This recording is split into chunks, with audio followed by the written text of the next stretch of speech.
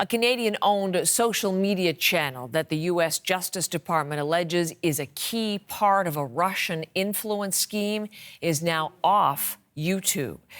YouTube says Tenet Media violated its community guidelines. Tenet Media was founded by Canadian Lauren Chen and her husband Liam Donavan last year. YouTube is also taking down 4 separate media channels owned by Chen. She's a right-wing commentator with a following for her posts in support of Donald Trump and siding with Russia over the war in Ukraine. The U.S. Department of Justice indictment doesn't name Chen or her husband. They don't face charges. But as Evan Dyer reports, Tenet is allegedly central to a Kremlin scheme to use millions of dollars to influence American public opinion and the U.S. presidential election.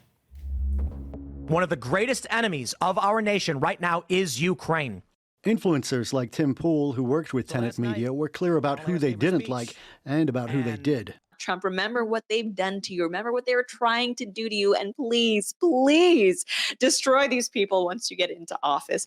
A U.S. federal indictment says those opinions were bought and paid for by the Kremlin, which funneled $10 million, in part through Roaming Millennial, a Quebec company belonging to Canadian influencer Lauren Chen and her husband Liam Donavan, who then used her Tennessee company, Tenet Media, to pay MAGA influencers like Dave Rubin, Benny Johnson, Tim Pool, and Canadian Lauren Southern to spread the Kremlin's pro-Trump, anti-Ukraine messages.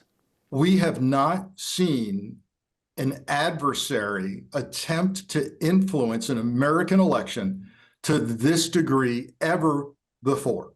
This former FBI director of counterintelligence says the Russian president will be infuriated to see this operation rolled up. The message the U.S. government is sending with these indictments is, we see you, we're on to you, and we're going to call this out. The indictment says the influencers were paid up to $100,000 per video.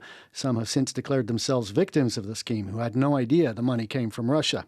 Previously, anti-Ukraine Tim Pool even put a Ukrainian flag in his bio. But owners Chen and Donavan allegedly billed the Russians directly. CBC News reached out to Chen, but she declined to comment. The charging documents make it quite clear that they knew who they were dealing with. So far, though, the FBI has charged only Russians, not the Canadians and Americans. The 2 main messages Tenet Media was allegedly paid to propagate were vote for Trump and defund Ukraine. But there was also a general directive to stoke anger around immigration, inflation, to say the country was broken and headed for civil conflict, anything that would weaken national unity and drag America down. Evan Dyer, CBC News, Ottawa.